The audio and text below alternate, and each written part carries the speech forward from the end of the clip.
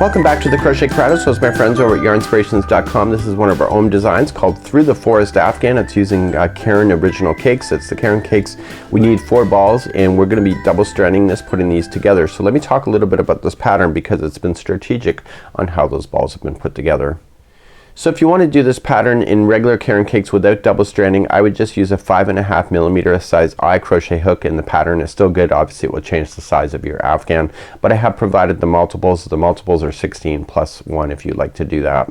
So what this is this is a Pistachio Fudge, and this is an original Caron Cake. I have a different color of Caron Cake with me today, but what happens is that there is a color line up in the ball. So what my assistant Colleen did is that she lined up the colors exactly, so she would have got the same color yarn ball and had both balls pulling this color at the same time. The thing about Caron Cakes is that usually the balls are rolled differently, so it may not be the same color that she started with in the middle. So sometimes you just got to pull out what color is not in the middle that doesn't match if you want to exactly match it. So if you don't want to match it and you want the colors to kind of intertwine with each other, that's called marled yarn, where there's 2 different strands of yarn coming together at the same time. And what you can just do is you can have a lot of fun where the 2 colors mix together exact same time, and as one particular yarn brand ball changes, the other one still stays for a while, and it creates what is called as marled yarn. So it's actually a really neat idea, and this is not a hard pattern to be able to do, and doubling it up makes this particular throw really quite nice and thick and fabulous. Let me show you what the example looks like in person.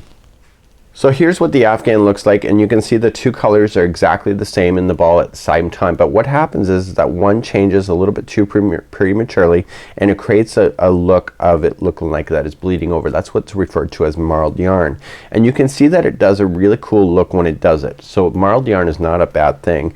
It's just if you're looking for consistency of color, then you know you want to get it as close as you can. But if one changes earlier, because I will tell you about that when we're going to do it, is that marled yarn, when you use 2 strands, always one favors the hook more than the other, and so you tend to use one color a little bit more, and so it creates the marled yarn here. But in this particular design it really does work out really quite nicely. So the colors were Pistachio Fudge. So it's actually a really neat concept in order to do. So you'll need an 8mm size L crochet hook if you would like to do this exact same sample, and this is a really neat idea, and we're gonna get you started on this today. So let's grab our Caron Cakes and let's get started. So let's begin today. You can either chain 129 as per the pattern, or you can do multiples of 16 plus 1. So for sample reasons I'm just gonna do a small sample with you, so I'll use the multiples for myself. So I got 2 different yarn strands coming from 2 different balls. I can have one from here and I got one from the other one, and they're both a different color, so I'm gonna create a marled look just to begin. So you want to treat them like they're one yarn strand, so it's a way of thickening up your yarn as well, and then put it onto your size L 8mm crochet hook. So you can either chain 129 or chain in multiples of 16 plus 1. So let's do the 16. So I'm just gonna go 1 2 3 4 5 6 7 8 9 10 11 12 13 14 15 and 16. So that's 1 chevron that is in the blanket. So 16 makes up 1. So when you're looking at it from this perspective, you're thinking, well, that's a pretty wide Afghan once you get to a certain size. Remember that it does go up and down pretty sharply. So what you think is as wide as it's gonna be, once you go across the first time, it's gonna condense your chain down. So let's continue to do another multiple of 16. So 1 2 3 4 5 6 7 8 9 10 11 12 13 14 15 and 16, and I'm gonna do it one more time just so that I have 3 sets. So 1 2 3 4 5 6 7 8 9 10 11 12 13 14 15 and 16. Once you're satisfied with the width of it, or if you change 129, if you change 129, just get ready for the next row. But if you've done your multiples of 16, don't forget to add 1 at the very end to keep this chain in balance for the rest of the Afghan. So what we're gonna do now is work our way across row number 1. So let's work our way across row number 1. So we're gonna go second chain from the hook, and then we're gonna go just get to the back hump only and just insert in, and I want you to single crochet into that same chain twice. So 1 and 2. So now we're gonna go in the down motion. So there's an up and down motion, so we're gonna go in the down motion. So the next 5 chains in a row will each be 1 single crochet. So just going into the back hump only. So 1, and the next one is 2, 3, and this is 4 and 5. So this is in the down motion. You'll see it happen in just a second. So the next 2 in a row are gonna be 2 single crochets together. So go into the next chain, insert in, pull through, and don't finish that stitch, just go into the next chain after that, insert in, pull through, and now you got 3 sets of loops. Okay, so just make sure that you're looking at these loops as if they're one string. I know it appears separate, but continue to look at them as if they're one. So you have a total of 3 loops on there, so pull through all 3. So the next 2 in a row are also gonna be single crochet 2 together. So insert in, pull through, and go into the next one and pull through, and then pull through all 3 sets. Okay, so you got that good. So that's the very bottom of the chevron. It'll show up in just a few moments. So the next 5 in a row are each gonna be 1 single crochet. So just continue to go across. So 1, 2, and this is 3, 4, and 5. So now you can kind of see it's kind of got the bend going on here at the base. See that? So now we're at the top of the peak. So the next 2 in a row are each going to be 2 single crochets into the same stitch. So 1, and making sure that the yarn is going into my hands properly. So that was 1, and the second one into the same one, and into the friend right next door, the next chain is gonna be 2 single crochets. So 1 and 2. So that causes the bend so in the top of the valley. Okay, so you kind of see it coming down. This is gonna then start coming down. So the next 5 in a row are each going to be 1 single crochet each. So you got 1, this is 2, this is 3, 4. Make sure you get both strands at the same time when you're going to wrap. So let me recount that. So 1, 2, 3, and 4, and then 5. And now you're at the bottom of the valley again. So the next 2 in a row are going to be put together. So single crochet the 2 together. So just go into the next one, pull through, go into the next one after that and pull through, and then pull through all 3 sets of loops, and do it one more time. So the next one, pull through, and the next one, pull through, and then pull through all 3 loops, and then go back up the hill. So you'll do 5 going back up the hill, and then the next 2 are 2 single crochets into the next 2, and then down the hill. So just continue to go in that fashion, and you should have a zigzagging line at the end of your row. So please do that, and I'll see you at the end of this row. I'm showing you how to finish off. So when you finally get to the end of the row, these 2 are together and then these 2 are together. The yarn happened just to change on its own. That's what makes it kind of fun. So that as you're coming back up the hill, the next 5 in a row will each be 1 single crochet. So 1, 2, 3, 4, and 5, and that will leave you with 1 chain left over, and in the final chain you will put in 2 single crochets to bring this row to conclusion. So this is the only way that you're gonna do row number 1, and then we're gonna turn our work and then begin row number 2. So let's turn our work, and in row number 2 we're gonna start establishing the moss stitch which appears within this pattern. So let's talk a little bit about that let's talk a little bit about that. Well, that's all, folks. Hopefully you're enjoying today's tutorial so far. So we're gonna create what is called the moss stitch. So it's a combination of doing different kinds of ideas when it comes to this particular stitch. So what you're looking at here is that when you pull it apart, you can clearly see that there's a gapping space, and then single crochets are working into these spaces. So this is the moss stitch. This is used a lot in color pooling. I don't think that you can use color pooling concepts for this particular up and down motion. So we're gonna be creating what these spaces are, and then once we get to row number 3, the rest of this Afghan is just completing the same thing as row number 3. So I have to get you to row number 3 basically as the bottom line. So let's begin row number 2, and we're gonna start establishing the gapping spaces. So we're gonna chain up 1, and into the same one that you're coming out of, you're gonna put 2 single crochets into that one. So 1 and 2. and we're gonna start heading down the hill. But before we do, we have to chain one first, and we skip the next stitch and just single crochet in the next one after that. And then we're gonna continue, so we chain up one again, skip the next stitch and single crochet in the one after that. Okay, make sure you get all your strands. If you're new to doing double stranded, sometimes this can be a real pain, but you will get used to it. It's not a big deal. So then chain up one, and now the next, you're gonna skip the next one, and the next two are gonna become together as a two together single crochet. So skipping the next one, go into the next one after that, pull through, and go into its friend right next door, pull through, and then pull through all three loops. And you're gonna do that again. So go into the next one right after that, pull through, and the one right after that, pull through, and then pull through all three loops. And you're gonna start working up at the top of the hill. So you're gonna do that at the base of your chevron to create that momentum, right? So now you're gonna chain up one, skip one chain, and single crochet in the one after that. And then you're going to chain up one, single crochet the second chain, so skip one and go into the one after that. So single crochet in the second stitch, sorry. So you should know that in between the base and the tops there will only be two single crochets that sit by themselves. So it's chain up one and skip the one, and now what you have here, these are the four that are in the top of a valley or top of a hill. So you skip the next one and single crochet into the one after that. And you're gonna do that twice. So single crochet into that same one twice. That's one half of your hill, and the other half is in the next stitch right next door. So it's gonna be two into the same one in the next one here.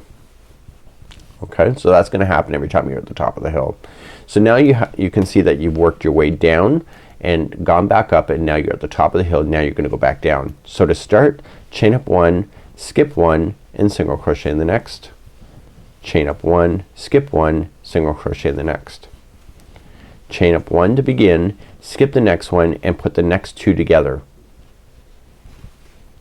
Okay, this is the base of your hill, and you're gonna do that again. So the next two are gonna come together.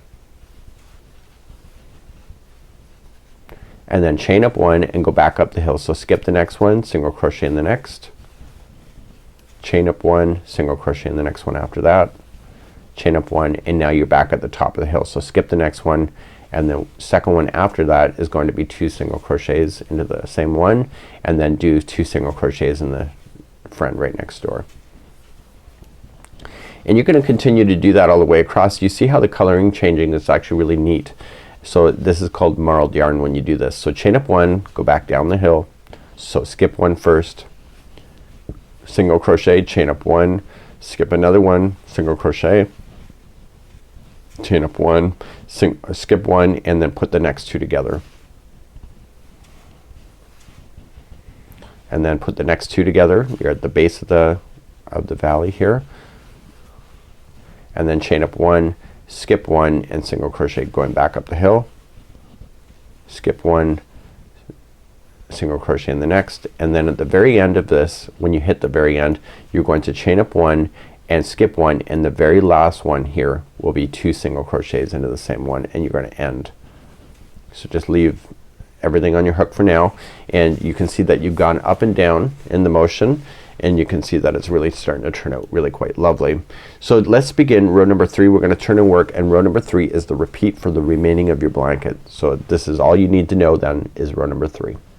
So let's begin row number 3. Row number 3 is the repeat all the way for the rest of the blanket. So we've got you established with row number 1. Row number 2 is about creating these gapping spaces, and then row number 3 is going to be the gapping spaces continuing to repeat all the way through your Afghan.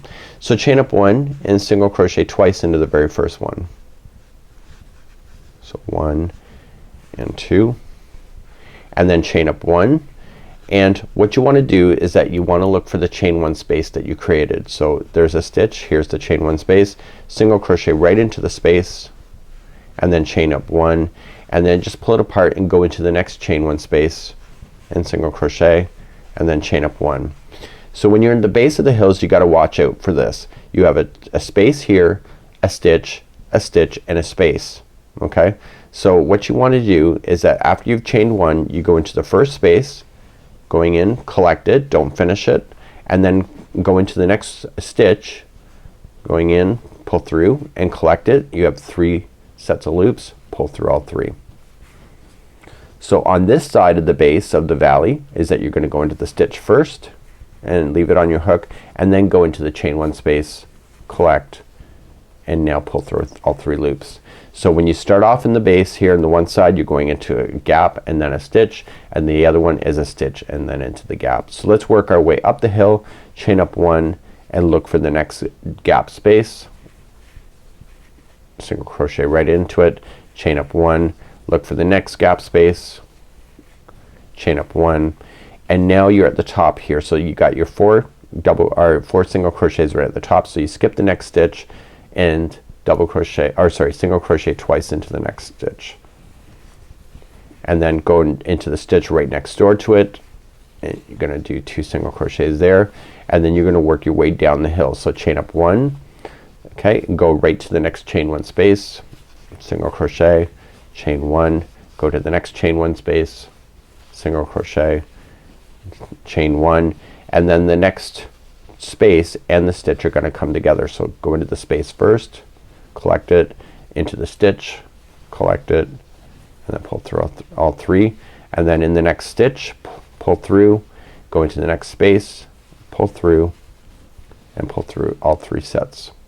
So to go back up the hills, chain up 1, going into the chain 1 space, single crochet, chain 1, go into the next chain 1 space, single crochet, chain 1, and now you're at the top of the hill. So skip the next stitch, 2 single crochets into the one after that.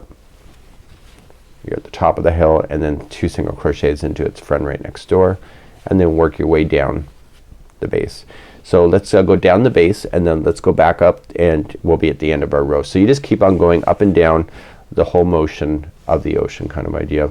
So chain up 1, going into the chain 1 space,